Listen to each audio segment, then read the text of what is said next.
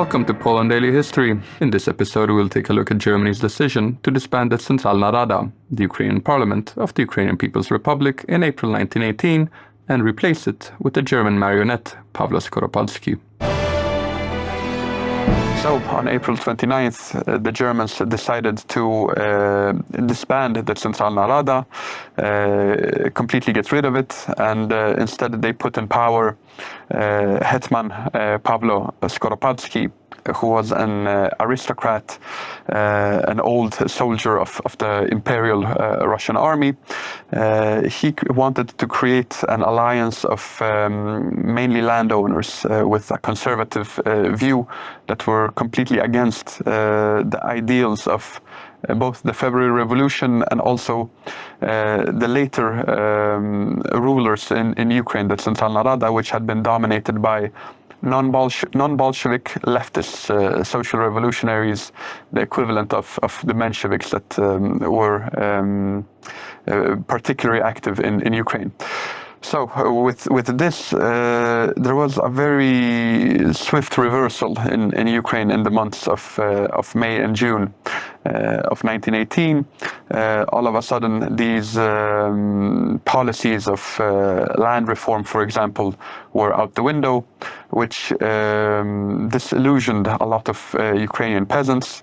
It created a tendency of peasant revolts. The anarchist Nestor Makhno, who managed to fan the flames in the Ukrainian countryside and get the peasants to rise up in arms. There were plenty of figures like these who led their own little peasant armies and rebellion that certainly wanted to fight against Pavlo Skoropadsky and his German allies.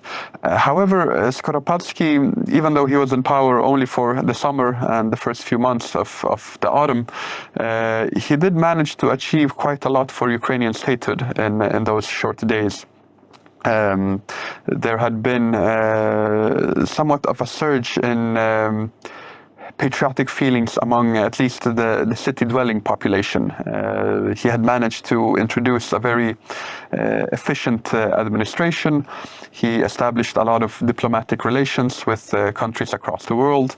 He managed to set up a Ukrainian Academy of Sciences that started cooperating very closely and creating somewhat of a united curriculum for Ukrainian schools. And then finally, printing. He printed millions of Ukrainian textbooks in the Ukrainian language, printing Ukrainian history, and it created this notion among Ukrainians that yes, we have declared independence for our state, but we're also a culturally separate entity, and from now on we will strengthen Ukrainian culture in this country while rolling back this Russification process that had been very dominant in Ukraine for well over a century. So Skoropadsky did have many good sides as well, but he was never really popular with the general masses, especially with the countryside. He was also completely a marionette of the Germans, so whatever they said, and especially when it came to shipping much needed food, because the Ukrainian people, as any people in this region of Europe, they were really starving practically in 1918, 1919. So seeing these trains of grain and various agricultural products leaving for Germany, it certainly didn't strengthen his position, but he was he couldn't play a role in which he would say no to the Germans. Once the German military power on the Western Front was broken by the Western Allies, it became increasingly clear that Skoropadsky would disappear. He did try to save himself initially by creating a new government in which he distanced himself from the Germans, but instead embraced Russian military figures and you could say representatives of the Russian whites, especially Russian monarchists that wanted a Tsar to return. And Skoropadsky claimed that Ukraine could unite with such a Russia in a federation.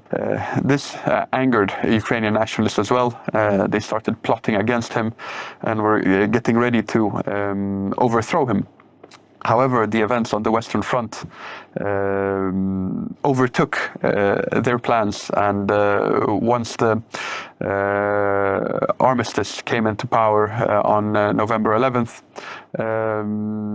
it became clear that Skoropadsky had no support from the Germans anymore. Quickly, the Bolsheviks reacted. On November 13th, they declared the Brest-Litovsk Treaty null and void, meaning that they no longer accepted that they had given up all those land areas in Ukraine, and they quickly started preparing for another offensive into Ukrainian territory. At the same time, the Ukrainian nationalists gathered around Semyon Petlura, formed a group called the Directorate, and just a day after the Bolsheviks declared the Brest-Litovsk Treaty null and void, they entered Kiev and took control from Skoropadsky, who had to swiftly flee, and they instead would be the power that would face the coming onslaught by the Red Army. And there is another development during the summer that might be worth mentioning with Skoropadsky.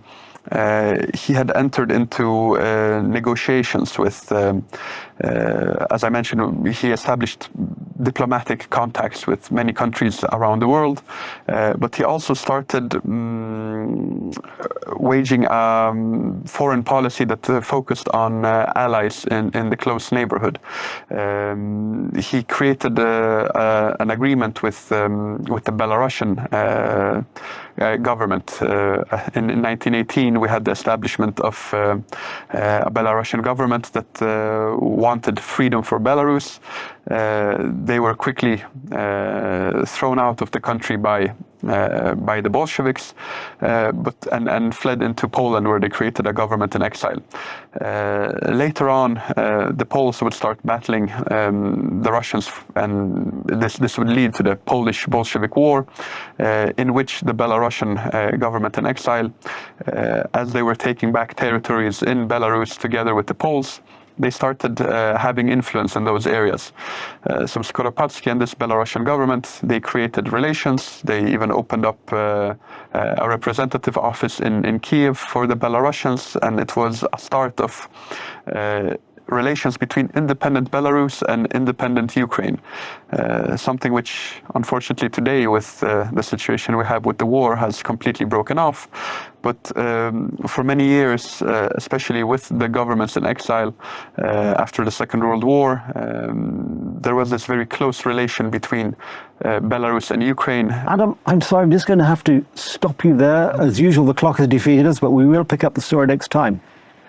There we are. I've had to interrupt Adam almost in mid-sentence. Not quite. But don't worry. If you join us next time on Poland Daily History, as we hope you will, we'll pick up the story. Until then, thank you for watching and see you again on Poland Daily History.